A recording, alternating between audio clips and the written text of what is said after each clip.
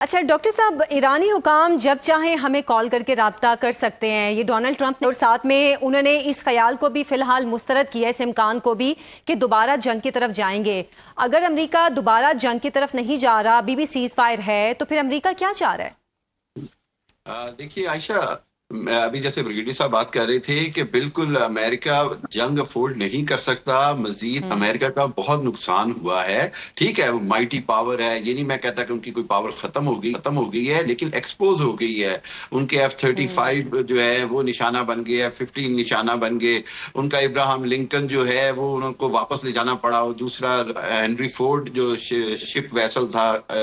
وہ واپس لے جانا پڑا۔ سو بنیادی بات یہ ہے کہ امریکہ کے لیے پبلک پریشر بھی ہے، امریکہ کی اکانومی جو ہے $3 جو ہے پر گیلن پرائس بڑھ چکی ہے، اور پریزیڈنٹ ٹرمپ جو ہیں وہ میں سمجھتا ہوں کہ وہ پریشر ٹیکٹکس یوز کر رہے ہیں، اور میں نہیں سمجھتا کہ وہ کسی بھی حالت میں موجودہ سچویشن میں جنگ بڑھائیں گے۔ ہاں، اسرائیل ضرور یہ چاہتا ہے، اسپوائلر ضرور یہ چاہتا ہے، اور اس کے اندر اگر آپ کچھ چیزیں نوٹ کریں کہ جس انداز میں اس کو تھوڑا سا ناقابل فہم سمجھتا ہوں کہ پریزیڈنٹ ٹرمپ نے یہ جو جیرڈ کشنر اور اسٹیو وٹکاف کو نہیں بھیجا، ان کو بھیج دینا چاہیے تھا، تاکہ مزید اسٹرانگ ہو جاتا، یہ میسج چلا جاتا کہ جی اگلا راؤنڈ جو ہے وہ لازمی بات ہے، پھر ایران اور امریکہ کا آمنے سامنے بیٹھ کر بھی ہو سکتا ہے۔ ٹھیک ہے، ابھی بھی سچویشن ہم نے بڑی کامیابی حاصل کی الحمدللہ، ہم نے عباس عراقچی صاحب کو بلا لیا، انہوں نے سارا موقف دیا، ہم بالواسطہ مذاکرات کرانے میں کامیاب ہیں۔ لیکن بنیادی بات یہ ہے کہ اگر پریزیڈنٹ ٹرمپ لچک نہیں دکھا رہے ہیں تو وہ اپنا خود نقصان کر رہے ہیں، کیونکہ مسلسل کنٹینیوسلی امریکن اکانومی کو ایوری ڈے $1 بلین سے اوپر کا نقصان ہو رہا ہے، اکانومی کا نقصان ہے۔ اس کے بعد سٹاک مارکیٹ کریش کر رہی ہے، بٹ کوائن مارکیٹ ان کی کریش کر گئی ہے، فرٹیلائزرز کا آگے بحران آ گیا ہے، اور پھر اس کے بعد ایک چیز اور ہے کہ بار بار ہم بات کرتے ہیں نومبر کے مڈ ٹرم الیکشن کی، اگر آپ پولز ابھی سے دیکھیں تو پریزیڈنٹ ٹرمپ اپنی مقبولیت کو 70% کھو چکے ہیں، اور یہ بہت بڑا سیٹ بیک ہوگا ریپبلکنز کے لیے۔ اس کی وجہ یہ ہے کہ جے ڈی وینس جو ہیں وہ اپنے آپ کو پریزیڈنٹ ان ویٹنگ سمجھتے ہیں کہ جی اگلی باری انہوں نے پریزیڈنٹ کا کینڈیڈیٹ ہونا ہے۔ سو وہ چاہتے ہیں کہ کسی بھی طرح امریکن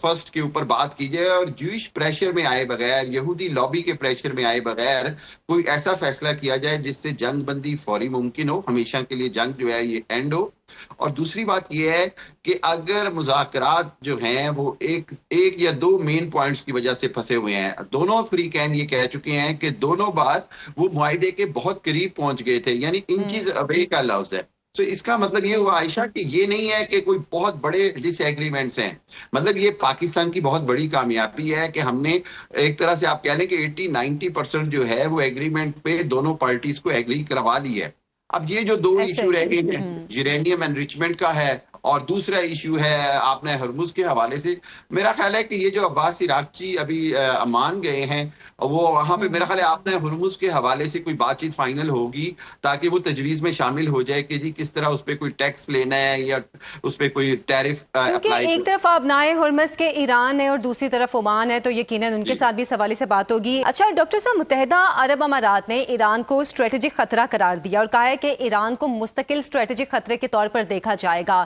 کیا متحدہ عرب امارات اب ایران کے لیے ایک مشکل پڑوسی بننے جا رہا ہے؟ متحدہ عرب امارات پر سب سے زیادہ میزائل گرائے گئے اور 2800 کے قریب حملے ہوئے ہیں آل ٹوگیدر ایران کی طرف سے۔ اس کے بعد اسرائیل پر حملے ہوئے، اس کے بعد سعودیہ پر ہوئے، تو اس حوالے سے جو ان کو ڈیمیج کیا ہے یو اے ای کو، متحدہ عرب امارات کی آپ ریل اسٹیٹ مارکیٹ دیکھ لیں، اوور امپیکٹ دیکھ لیں، تو وہ ایسا ہے کہ اب متحدہ عرب امارات جو ہے وہ اس کے لیے کوئی نہ کوئی کاؤنٹر اسٹریٹجی ان کے لیے ضروری ہوگی بنانی۔ لیکن یہاں پر اگر ہم پوری اوور آل سچویشن دیکھیں تو گلف کے اندر ایک بات بڑی کلیئر اسٹیبلش ہوئی ہے کہ Americans are not the security for